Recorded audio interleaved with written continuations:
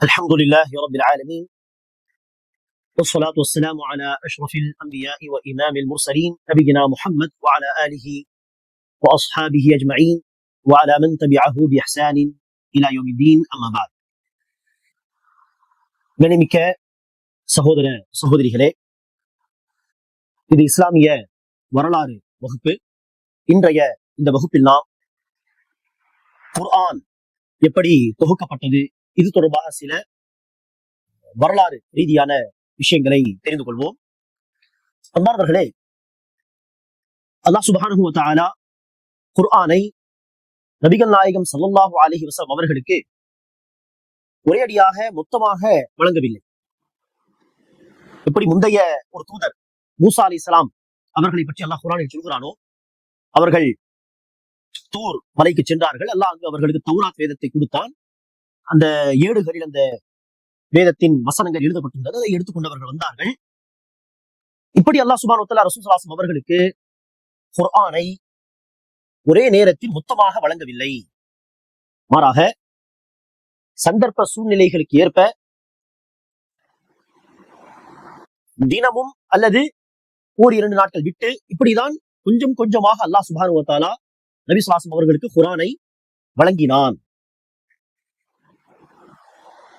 மொத்தமாக வழங்கி விடாமல் கொஞ்சம் கொஞ்சமாக தினமும் ஒரு இரண்டு வசனங்கள் அல்லது ஒரு நாள் விட்டு ஒரு நாள், 2 நாள் விட்டு ஒரு முறை, இப்படி அந்தந்த சந்தர்ப்பத்துக்கு ஏற்ப அல்லாஹ் சுப்ஹானஹு வ தஆலா வசனங்களை இறக்கி வைத்தான். அல்லது பொதுவாகவே சில வசனங்களை, சில நசீஹத்துகளை, உபதேசங்களை இறக்கி வைத்தான். இவ்வாறாக நபிகள் நாயகம் ஸல்லல்லாஹு அலைஹி வஸல்லம் அவர்கள் 41 வயது அவர்களுக்கு இருக்கும் பொழுது நபியாக்கப்பட்டார்களே, அப்போது ஆரம்பித்து ஹிரா குகையில் இக்ரா பிஸ்மி ரப்பிக்கல் லதீ ஹலக் என்று அலக் அத்தியாயத்தின் முதல் 5 வசனங்கள் எல்லாம் கொடுத்தான். அங்கு ஆரம்பித்து மதீனா வாழ்க்கையில் நபி ஸல்லல்லாஹு அலைஹி வஸல்லம் அவர்களுக்கு அப்போது 63 வயது பூர்த்தியாகிறது.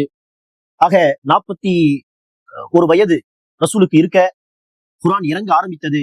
ரசூலுக்கு 63 வயது பூர்த்தியாகும் பொழுது குர்ஆனும் முழுமைப்படுத்தப்பட்டது. இவ்வாறாக 23 வருடங்களில் கொஞ்சம் கொஞ்சமாக தான் அல்லாஹ் குர்ஆனை வழங்கினான். சில வசனங்களை எல்லாம் இறக்கி வைப்பான், அல்லது சில சமயம் சில அத்தியாயங்களை முழுமையாக வழங்குவான். இப்படிதான் கொஞ்சம் கொஞ்சமாக இந்த குர்ஆன் இறங்கியது. ஏன் அல்லாஹ் சுப்ஹானஹு வ தஆலா இப்படி குர்ஆனை மொத்தமாக கொடுக்காமல் பல பகுதிகளாக பிரித்து கொஞ்சம் கொஞ்சமாக வழங்கினான் என்று சொன்னால், அல்லாஹ் சுப்ஹானஹு வ தஆலா குர்ஆனில் சொல்கிறான், இந்த குர்ஆனை நாம் பல பகுதிகளாக கொஞ்சம் கொஞ்சமாக இறக்கி வைப்பது எதற்காக என்று சொன்னால், லினுஸப்பித பிஹி ஃபுஆதக், இந்த குர்ஆனை கொண்டு உங்களுடைய உள்ளத்தை உறுதிப்படுத்துவதற்காக.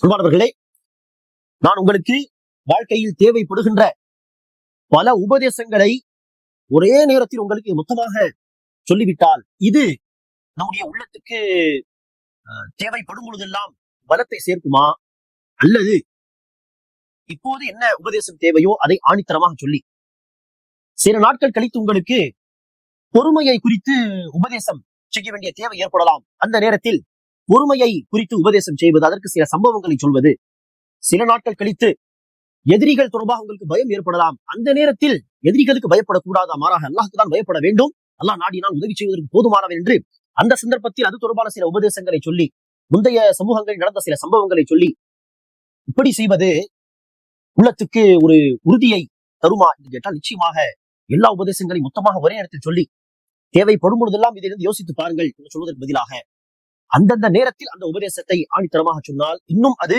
மன தைரியத்தை கொடுக்கும், உள்ளத்தில் ஒரு உறுதியை ஏற்படுத்தும். ஆக நபி ஸல்லல்லாஹு அலைஹி வஸல்லம் வாழ்க்கையில், சஹாபா பெருமக்களுடைய அந்த வாழ்க்கையில் அல்லாஹ் இப்படிதான் நினைச்சான். அந்தந்த சந்தர்ப்பத்தில் தேவையான சட்டங்களை சொன்னான், தேவையான உபதேசங்களை இறக்கி வைத்தான். அது அவர்களுக்கு தொடர்ந்து அல்லாஹ்வுடைய வழிகாட்டுதலில் நாம் பயணித்து வருகிறோம். அல்லாஹ்வுடைய உபதேசத்தை கேட்டால் அவ்வளவு மன தைரியம், அவ்வளவு மன உறுதி அவர்களுக்கு ஏற்படும். இவ்வாறு அல்லாஹ் சுப்ஹானஹு வ தஆலா அவர்களுக்கு தர்பியத் செய்தான். அதே போல அன்பானவர்களே, இன்னொரு காரணத்தையும் நாம் சொல்லலாம்.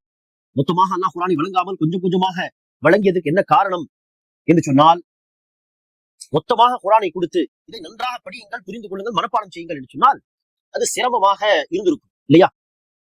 ஆனால் அல்லாஹ் சுப்ஹானஹு வ தஆலா குர்ஆனை கொஞ்சம் கொஞ்சமாக இறக்கி வைத்த காரணத்தினால் சஹாபாக்கள் குர்ஆன் இறங்க இறங்க என்ன செய்தார்கள்? வசனங்களை படித்தார்கள், மனப்பாடம் செய்தார்கள், அந்த வசனங்களுடைய விளக்கங்களையும் ரசூலிடம் இருந்து கற்றுக்கொண்டார்கள். இப்படி குர்ஆனை படிப்பது, குர்ஆனை உள்வாங்குவது, குர்ஆனுடைய விளக்கங்களை உள்வாங்குவது அவர்களுக்கு ஒரு ஸ்லோ ப்ராசஸில் அதை கொண்டு போன காரணத்தினால் அது இலகுவாக இருந்தது. அந்த கல்வி மிக ஸ்ட்ராங்காக இருந்தது. மொத்தமாக கொடுத்து நீங்கள் இதை நன்றாக படியுங்கள், புரிந்து கொள்ளுங்கள் என்று சொல்வதை காட்டிலும் இந்த வழிமுறை மிக பொருத்தமாக இருக்கும் என்கிற அடிப்படையில் அல்லாஹ் அப்படி கொஞ்சம் கொஞ்சமாக குர்ஆனை வழங்கி இருக்கலாம். அதே போல அன்பார்வர்களே, குர்ஆனை சரியாக விளங்கிக் கொள்வதற்கும் கொஞ்சம் கொஞ்சமாக, குறிப்பாக குர்ஆனுடைய பெரும்பகுதி சந்தர்ப்ப சூழ்நிலைக்கு ஏற்ப இறங்கி இருக்கிறது. இது குர்ஆனை விளங்கிக் கொள்வதற்கு மிக சிறந்த ஒரு வழிமுறை. ஒரு சம்பவம் நடக்கும், அந்த நேரத்தில் எல்லாம் சில சட்டங்களை இறக்கி வைத்தால் அந்த சம்பவத்தை ஒட்டி அந்த வசனம் வரும் பொழுது தெளிவாக புரிந்து கொள்ள முடியும். இந்த வசனத்திற்கு இதுதான் விளக்கம். யாராவது கேள்வி கேட்பார்கள், அந்த கேள்விக்கு பதிலாக அல்லாஹ் குர்ஆனுடைய வசனத்தை இறக்கி வைப்பான். ஆக அந்த வசனம் என்பது இந்த கேள்விக்கான பதில் என்று தெளிவாக அந்த வசனத்தின் விளக்கங்களை புரிந்து கொள்வதற்கு இது உதவியாக இருக்கும். ஆக சந்தர்ப்ப சூழ்நிலைகளுக்கு ஏற்ப அல்லாஹ் சுப்ஹானஹு வ தஆலா குர்ஆனுடைய வசனங்களை இறக்கி வைத்து பெரும்பகுதியை, எல்லா வசனமும் குறிப்பிட்ட ஒரு சம்பவத்தில், குறிப்பிட்ட ஒரு சந்தர்ப்பத்தில் தான் வந்திருக்க வேண்டும் என்கிற கட்டாயம் கிடையாது. பெரும்பாலான வசனங்கள் சந்தர்ப்ப சூழ்நிலைகளுக்கு ஏற்ப வந்திருக்கிறது. இப்படி என்பார்களே, கொஞ்சம் கொஞ்சமாக குர்ஆனை இறக்கி வைத்து அல்லாஹ் அதை பாதுகாத்திருக்கிறான், வார்த்தைகளை, விளக்கங்களை. அதே போல கொஞ்சம் கொஞ்சமாக குர்ஆனை இறக்கி வைத்த காரணத்தினால் அந்தந்த சந்தர்ப்பத்தில் இறங்கிய வசனத்தை சஹாபாக்கள் சரியாக விளங்கி கொண்டிருப்பார்கள், அந்த விளக்கங்களை அடுத்த மக்களுக்கு சொல்லி இருப்பார்கள். அதே போல அந்தந்த சந்தர்ப்பத்தில் குர்ஆனுடைய வசனங்களை இறக்கி வைத்து உபதேசம் செய்த காரணத்தினால் சஹாபாவுக்கும் சரி, ரசூலுக்கும் சரி, அது மன தைரியத்தை, மன உறுதியை ஏற்படுத்தும் என்று பல காரணங்கள் இன்னும் அறிஞர்கள் குறிப்பிடுகிறார்கள்.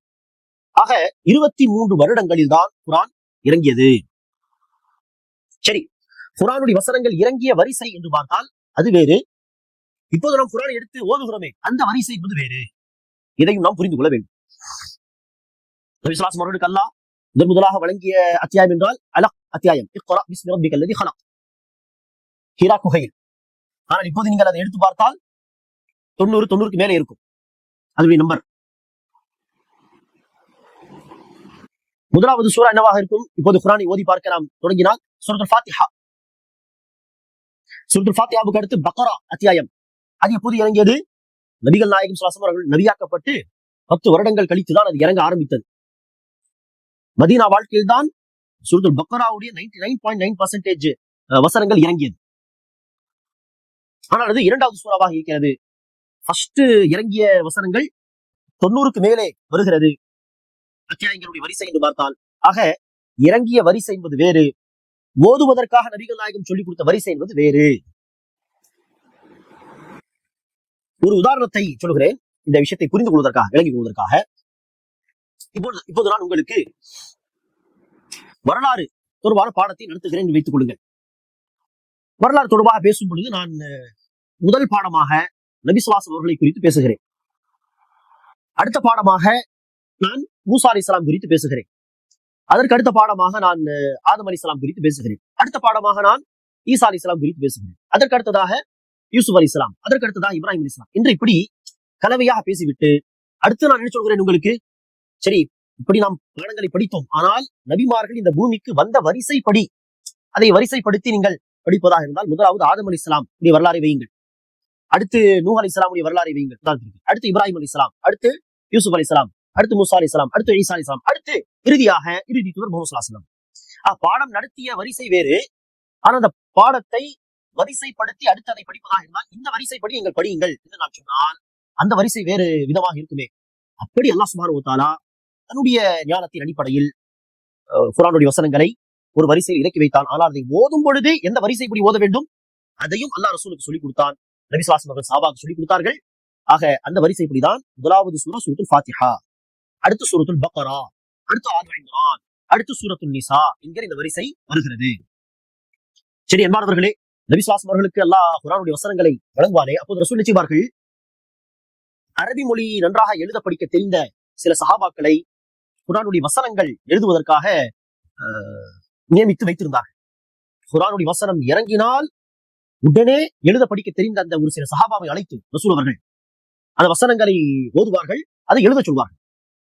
அந்த காலத்தில் பேப்பர் கிடையாது, சரியா? குறிப்பாக அரபு அந்த பகுதியில் பேப்பர் கிடையாது, வெளியே எங்கேயாவது இருந்திருக்கலாம், ஆனால் அந்த பகுதியில் பேப்பருடைய பயன்பாட்டு கிடையாது. ஆக கல்லு, தோல், மரக்கட்டைகள் போன்ற விஷயங்கள் என்ன செய்வார்கள், எழுதி வைப்பார்கள். ஆக ரசூல் அவர்கள் வசனங்களை ஓத உடனே அதை எழுதி வைப்பார்கள். அது எந்த சூறாவுடைய வசனங்கள் அதையெல்லாம் குறித்து வைப்பார்கள். அதனுடைய வரிசை என்ன, இவ்வாறாக எந்த வசனம் இறங்கினாலும் அதை ரசூல் அவர்கள் ஓதி காட்ட ஒரு சஹாபியும் ஒன்றுக்கு மேற்பட்ட சஹாபாக்கள் உட்கார்ந்து அதை உடனே எழுத்து வடிவத்திலே எழுதி பாதுகாத்து விடுவார்கள். இவ்வாறு ரசூலுல்லாஹி அவர்களுக்கு அல்லாஹ் வழங்கிய அத்தனை வசனங்களையும் 6326 வசனங்கள் என்று சொன்னால் அத்தனை வசனங்களும் ரசூலுடைய வாழ்க்கையில் சஹாபாக்கள் எழுதி பாதுகாத்து விட்டார்கள். ஆனால் அது ஓத வேண்டிய வரிசைப்படி எழுதிய வசனங்களை அந்த வரிசை, அந்த ஆர்டர் படி நிச்சயங்களை வைக்கவில்லை. இப்போ நான் உதாரணத்தை சொன்னேன். கலவையாக நான் உங்களுக்கு வரலாறு பாடத்தை நடத்தி, சரி இந்த பாடத்தை நீங்கள் படிப்பதா இருந்தால் எப்படி படியுங்கள், எடுத்து ஃபர்ஸ்ட் ஆதம் அலைஹிஸ்ஸலாம் குறித்து படியுங்கள், அடுத்து நூஹ் அலைஹிஸ்ஸலாம் குறித்து படியுங்கள், அடுத்து இப்ராஹிம் அலைஹிஸ்ஸலாம் குறித்து படியுங்கள், இந்த வரிசையில் தான் அவர்கள் வந்தார்கள் என்று நான் உங்களுக்கு சொல்லிவிட்டேன். உங்களுக்கும் வரிசை தெரியும். சரி, ஃபர்ஸ்ட் ஆதம் அலைஹிஸ்ஸலாம், அடுத்து நூஹ் அலைஹிஸ்ஸலாம், அடுத்து இப்ராஹிம் அலைஹிஸ்ஸலாம், இதுதான் வரிசைன்னு உங்களுக்கு தெரியும், ஓரலாக தியரியாக தெரியும். ஆனால் எழுதிய அந்த பாடங்களை நீங்கள் நினைச்சவில்லை இன்னும். சரி, ஃபர்ஸ்ட் ஆதம் அலைஹிஸ்ஸலாமுடைய வரலாறு எழுதிய புக்கு கொண்டு வாருங்கள், அந்த பக்கங்களை அதை ஃபர்ஸ்ட் வைத்து, அடுத்து நூஹ் அலைஹிஸ்ஸலாம் குறித்து எழுதிய பாடம் எது, அந்த பக்கங்களை கொண்டு வாருங்கள் என்று அடுத்து அதை வைத்து, இப்படி எழுத்து வடிவத்தில் உள்ள அந்த பாடங்களை முறையாக அந்த வரிசைப்படி வைக்கவில்லை. ஆனால் வரிசை உங்களுக்கு தெரியும், தியரியாக தெரியும். ஆனால் எழுதி வைத்த அந்த பாடங்களை அந்த வரிசைப்படி என்ன செய்யவில்லை, நீங்கள் தொகுக்கவில்லை. இப்படிப்பட்ட நிலையில்தான் ரசூலுடைய காலத்தில் குர்ஆனுடைய வசனங்கள் இருந்தது. ரசூல் அவர்களுக்கு அல்லாஹ் குர்ஆனுடைய வசனங்களை கொடுத்தான் அவ்வப்போது. அந்த வசனங்களை எந்த வரிசைப்படி ஓத வேண்டும், அந்த வரிசையை சஹாபாவுக்கு ரசூல் சொல்லி கொடுத்தார்கள். சஹாபாவுக்கு தெரியும் வரிசை, அந்த வரிசைப்படி தான் ஓதுவார்கள். ஆனால் அந்த வரிசைப்படி என்ன செய்யவில்லை, எழுதி வைத்த வசனங்களை வரிசையாக வைக்கவில்லை, தொகுக்கவில்லை. இதே நிலையில் நபிகள் நாயகம் ஸல்லல்லாஹு அலைஹி வஸல்லம் இந்த உலகத்தை விட்டு சென்று விட்டார்கள்.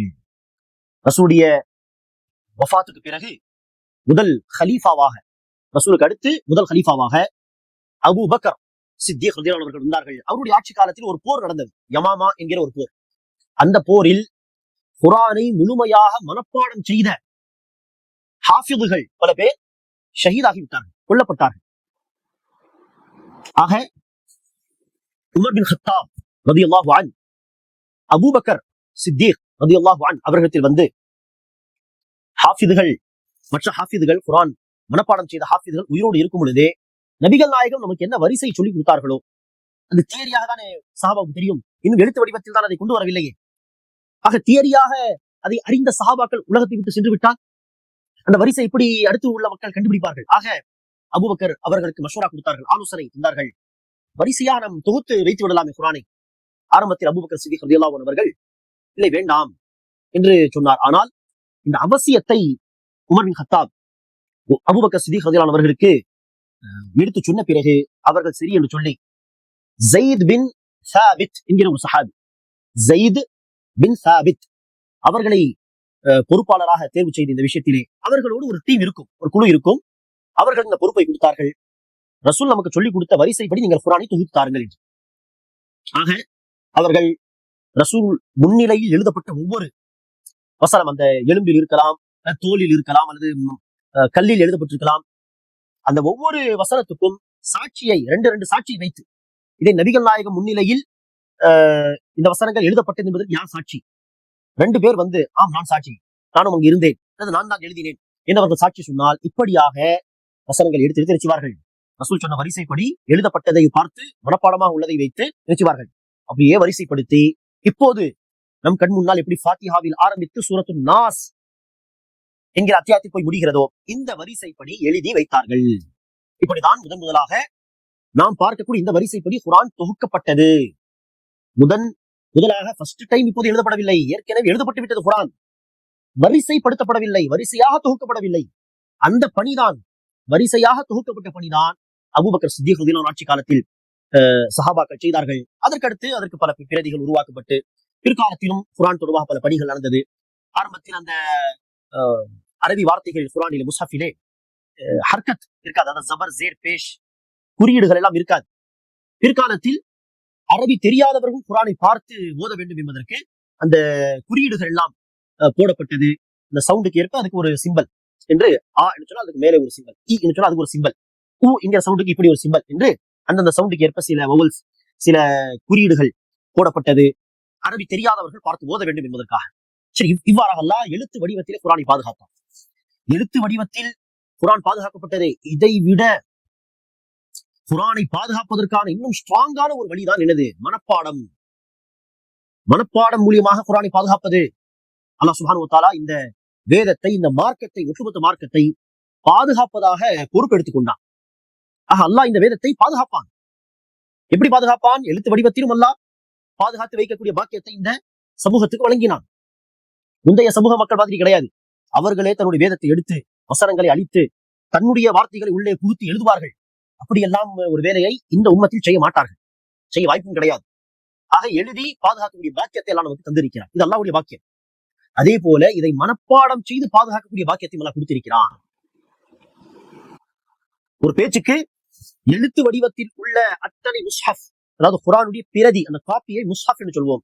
அந்த முஸ்ஹப் அழிக்கப்பட்டாலும் ஒரு பேச்சுக்கு மனப்பாடமாக பலருடைய உள்ளங்களில் குர்ஆன் இருக்கிறது. அதை வைத்து சில மாதங்களில் மீண்டும் குர்ஆனை எழுத்து வடிவத்தில் கொண்டு வரலாம், இல்லையா? மனப்பாடம் செய்து பாதுகாக்கக்கூடிய பாக்கியத்தை அல்லாஹ் கொடுத்திருக்கிறான். அந்த அடிப்படையில் குர்ஆனுடைய முதல் ஹாஃபிஸ், முழுமையா மனப்பாடம் செய்தவர் யார்? நபிகள் நாயகம் ஸல்லல்லாஹு அலைஹி வஸல்லம் அவர்கள் குர்ஆனுடைய வசனத்தை இறங்க இறங்க ஓதி காட்டுவார்கள். அப்போது அதை கேட்டு சஹாபாக்கள் மனப்பாடம் செய்வார்கள். இன்னும் ஒரு 2 வசனம் இறங்கியதா அதை உடனே மனப்பாடம், நாளை ஒரு 4 வசனமா அதை மனப்பாடம். இப்படி இறங்க இறங்க மனப்பாடம் செய்த சஹாபாக்கள் பல பேர் இருந்தார்கள். ஆகவேதான் குர்ஆன் இறங்கி முடிந்தது. நபி ஸல்லல்லாஹு அலைஹி அவர்கள் இன்னும் 4-5 நாட்களில், ஒரு வாரம் 2 வாரத்தில் வஃபாத்தாக போகிறார் என்று சொன்னால், அந்த இடைப்பட்ட நாட்களில் மிஞ்சிருந்த வசனங்களை மனப்பாடம் செய்து குர்ஆனை முழுமையாக மனப்பாடம் செய்து முடித்தார்கள் பல சஹாபாக்கள், பல நபி தோழர்கள். குர்ஆன் இறங்க இறங்க மனப்பாடம் செய்வார்கள். இறுதியாக இறங்கிய வசனங்களை மனப்பாடம் செய்து ரசூலுடைய வஃபாத்துக்கு முன்பாகவே குர்ஆனை முழுமையாக மனப்பாடம் செய்து முடித்த சஹாபாக்கள் பல பேர். சரி, நபி ஸல்லல்லாஹு அலைஹி அவர்கள் இறந்து போன பிறகு சில அத்தியாயங்கள், சில வசனங்கள் பெண்டிங் இருந்திருக்குமா இல்லையா மனப்பாடம் செய்வதில், அதையும் செய்து முடித்து ரசூலுடைய வஃபாத்துக்கு சில நாட்கள் கழித்து, சில மாதங்கள் கழித்து எல்லாம் நூற்றுக்கணக்கான சஹாபாக்கள், 10, 15, 20 பேர் அல்ல, நூற்றுக்கணக்கான சஹாபாக்கள் குர்ஆன் ஹாஃபிதுகளாக மாறினார்கள். நாம் சொன்ன அந்த போரில் கொல்லப்பட்டதாக சொன்னோம், ஷஹீதாக்கப்பட்டதா 70க்கு மேற்பட்ட ஹாஃபிதுகள் ஷஹீதானார்கள் ஒரு போரில். அப்படி இருக்க எத்தனை சஹாபாக்கள் குர்ஆன் ஹாஃபிதுகளாக இருந்திருப்பார்கள்? சரி, அடுத்த தலைமுறையில் எப்படி குர்ஆன் மனப்பாடம் செய்தார்கள் என்று பார்த்தால், எங்கெல்லாம் சஹாபாக்கள் போனார்களோ அங்கெல்லாம் மக்களுக்கு குர்ஆனை சொல்லிக் கொடுத்தார்கள், குர்ஆன் மனப்பாடம் செய்ய சொன்னார்கள். ஒரே ஒரு உதாரணம், சிரியா நாட்டிலே ஒரு சஹாபி அங்கு போய் இடம்பெயர்ந்து அங்கு போய் வசித்து அங்கு மக்களுக்கு மார்க்கத்தை சொல்லக்கூடிய பணிகளை செய்து வந்தார். அவருடைய பெயர் அபு தர்தா ரலியல்லாஹு அன்ஹு. அபு தர்தா ரலியல்லாஹு அன்ஹு சிரியாவிலே ஒரு பள்ளிவாசலில் குர்ஆன் மனப்பாடம் செய்ய வைப்பது, குர்ஆனுடைய கல்வியை தருவது என்று பல மாணவர்களுக்கு குர்ஆனை சொல்லி தந்தார். அவருடைய தலைமையில் ஒரு நேரத்தில் 800-900 மாணவர்கள் என்ன செய்வார்? குர்ஆன் படிப்பார்கள் என்று சொன்னால் யோசித்து பாருங்கள், மனப்பாடம் செய்வார்கள். சஹாபாவில் நூற்றுக்கணக்கான குர்ஆன் ஹாஃபிதுகள், சஹாபாவுக்கு அடுத்த தலைமுறையில் ஆயிரக்கணக்கான குர்ஆன் ஹாஃபிதுகள். இப்படி ஒவ்வொரு தலைமுறையாக இந்த காலத்தில் குர்ஆனை மனப்பாடம் செய்யக்கூடிய பல மதரசாக்கள் உண்டு. அரபு தேசத்தில் எல்லாம் ஸ்கூல் படிப்பு படித்தாலும் குர்ஆன் மனப்பாடம் செய்து முடித்து விடுவார்கள் +2 வரை படிக்கும் பொழுது. இப்படியெல்லாம் பார்த்தால் 200 கோடிக்கு அதிகமாக உள்ள முஸ்லிம்களில் குறைந்தது 1 கோடியாவது குர்ஆன் மனப்பாடம் செய்த ஹாஃபிதுகள் இருக்கலாம், இருக்கக்கூடும். 1 கோடி இல்லையா, குறைந்தது பல லட்சம் முஸ்லிம்கள் குர்ஆன் ஹிஃப்து செய்த முஸ்லிம்களாக இருப்பார்கள். இப்படி இருக்க இந்த குர்ஆனை யாராவது அழிக்க முடியுமா? ஒரு எழுத்தை, ஒரு வார்த்தை மாற்ற முடியுமா? என்னுடைய பேச்சை கேட்கக்கூடிய உங்களுக்கு ஃபாத்திஹா சூரா மனப்பாடமாக இருக்கும். இந்த சூரத்துல் ஃபாத்திஹாவை நான் தவறாக ஓதினால், ஒரு எழுத்தை கூட்டினாலோ அல்லது ஒரு எழுத்தை குறைத்தாலோ அதை உங்களால் கண்டுபிடிக்க முடியும், இல்லையா?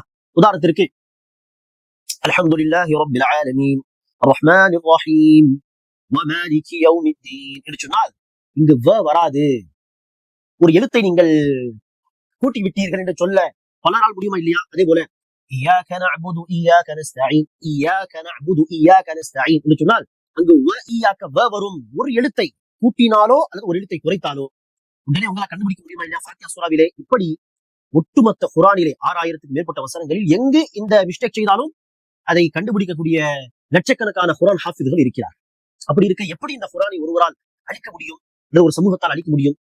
அவ்வாறாக அல்லாஹ் சுப்ஹானஹு வ தஆலா குர்ஆனை பாதுகாக்கப்பட்ட வேதமாக ஆக்கியிருக்கிறான். காரணம், குர்ஆன் இதுதான் உலக அழிவு நாள் வரை மக்களுக்கு நேர்வழி காட்டியாக இருக்கிறது. அந்த குர்ஆனே அழிக்கப்பட்டால், மாறிவிட்டால் மக்களுக்கு எப்படி நேர்வழி கிடைக்கும்? ஆக கியாம நாள் வரை மக்களுடைய ஹிதாயத் நேர்வழிக்காக அல்லாஹ் குர்ஆனை பாதுகாத்து விட்டான். வார்த்தைகளை மாத்திரமல்ல, விளக்கங்களையும் கூட அல்லாஹ் பாதுகாத்து விட்டான். ஆம், குர்ஆனுக்கு தப்பான விளக்கங்கள் பல பேர் சொல்வார்கள். வசனத்தை ஓதுவார்கள், இஷ்டப்படி விளக்கம் தருவார்கள். ஆனால் சரியான விளக்கத்தையும் பாதுகாத்து அதை சரியாக மக்களுக்கு எடுத்துச் சொல்லக்கூடிய மக்கள் எண்ணிக்கையில் குறைவாக இருந்தாலும் இருப்பார்கள். கியாமத்து வரை, உலக அழிவு நாள் வரை குர்ஆனுக்கு சரியான விளக்கங்களை பாதுகாத்து அதற்கு சரியான விளக்கங்களை தரக்கூடிய அறிஞர்கள் இருப்பார்கள். இவ்வாறு அல்லாஹ் குர்ஆனுடைய வார்த்தைகளையும் பாதுகாத்து குர்ஆனுடைய விளக்கங்களையும் பாதுகாத்து வைத்திருக்கிறான். அப்படிப்பட்ட அல்லாஹ்வுடைய வார்த்தை இது குர்ஆன். அல்லாஹ்வுடைய வார்த்தையை நாம் ஓத வேண்டும், பொருள் அறிந்து படிக்க வேண்டும், குர்ஆனுடைய உபதேசங்களை பெற்று அதுக்கேற்ப நாம் வாழ முயற்சிக்க வேண்டும். இது குர்ஆன் இறங்கியது பாதுகாக்கப்பட்டு தொடர்பான ஒரு சுருக்கமான ஒரு பார்வைதான் இது. இதை விளக்கமாக எல்லாம் அறிஞர்கள் தனி புத்தகமாகவே என்ன செய்வார்கள், எழுதுவார்கள். நாம் பார்த்தது மிக சுருக்கமான ஒரு பார்வை. அல்லாஹ் சுப்ஹானஹு வ தஆலா அனைவருக்கும் குர்ஆனை படித்து பொருள் அறிந்து ஆராய்ந்து படித்து அதிலிருந்து நல்லுபதேசம் பெறக்கூடிய நன்மக்களாக ஆக்கி அருள்வானாக. ஆமீன். அஸ்ஸலாமு அலைக்கும் வரஹ்மத்துல்லாஹி வபரகாத்துஹு.